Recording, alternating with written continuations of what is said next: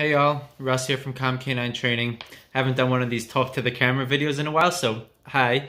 I just want to talk about something that I find to be very important and I think can help a lot of dog owners out there who are struggling with dogs that are overly excited, with lots of bad behaviors in the house, all over the place, and trying to figure out what to do to change it. I have this boy Boomer with me. He's been with me for a little bit over 24 hours. The big things that his family struggles with, typical stuff, is overexcitement, which leads to jumping on people, which leads to jumping on counters, which leads to jumping on furniture, which leads to reactivity outside the house, which leads to pulling on the leash, not necessarily listening all the time. A lot of that all stems from an overexcited, hyped up state of mind.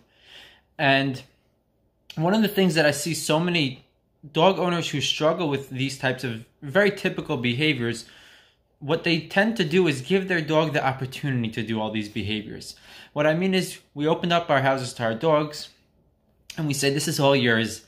We love you. You're welcome here. You can do whatever you want here because everything's going to be good for you. And this is especially common with rescue dogs, where people say, you had a bad past. Your life from here on in is going to be awesome. It's fully taken care of. This is all yours. Enjoy your house. So the dog goes, this is all mine? Well, hell yeah, this is great. And it starts to do whatever it wants. And very quickly we have a dog that's doing a lot of behaviors that we don't like it to be doing and living in a state of mind that we don't like it to be living in, which is overly excited. It means a dog that's in an overly excited state of mind is going to make more bad decisions and is not going to be as receptive to listening to what we're telling it to do. So how do we change all that? How can the average dog owner start to change this? This is something that I do with every single dog that I work with that is a total game changer. Like I said, I've had him for 24 hours. Restrict your dog's freedom in the house. That's it. That's what it boils down to. Now, there's a couple of things of how to do that. Number one, your dog sleeps in a crate and goes into a crate when it's not being supervised.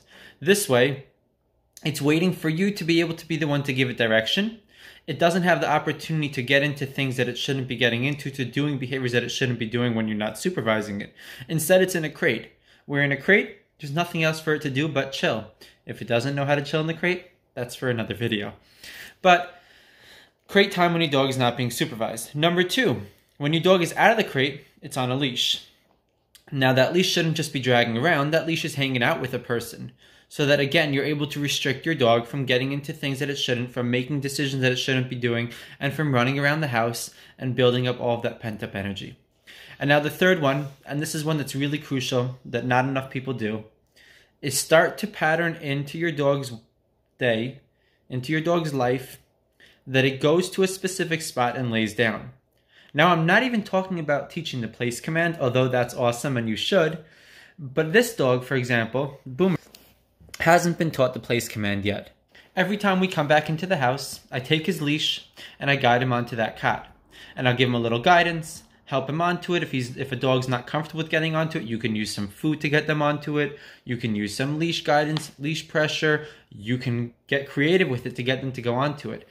But every time we come into the house, Boomer is guided onto that bed so that he starts to learn that in this house, the best thing for him to do is to lay down and chill. Now, if he gets off of that place cot, here's what I'm going to do.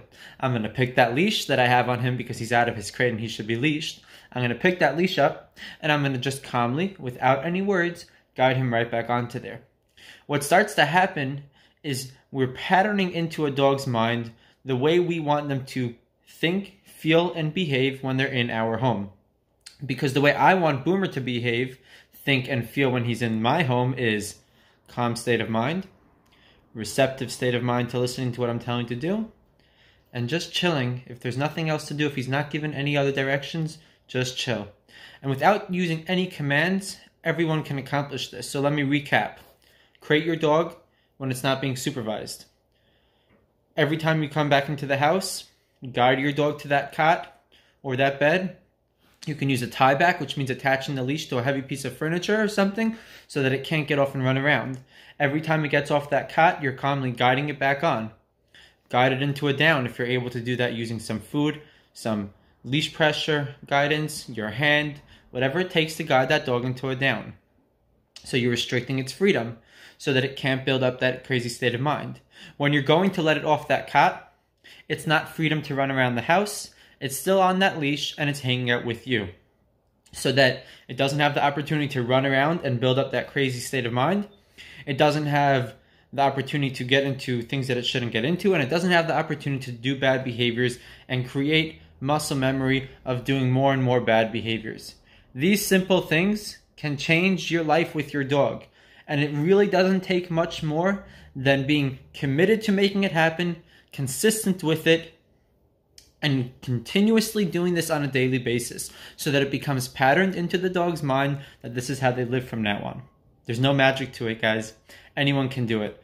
Start doing this, start practicing it on a daily basis, implement it, and let me know in a week from now what differences you see in your dog if you actually did this consistently every day.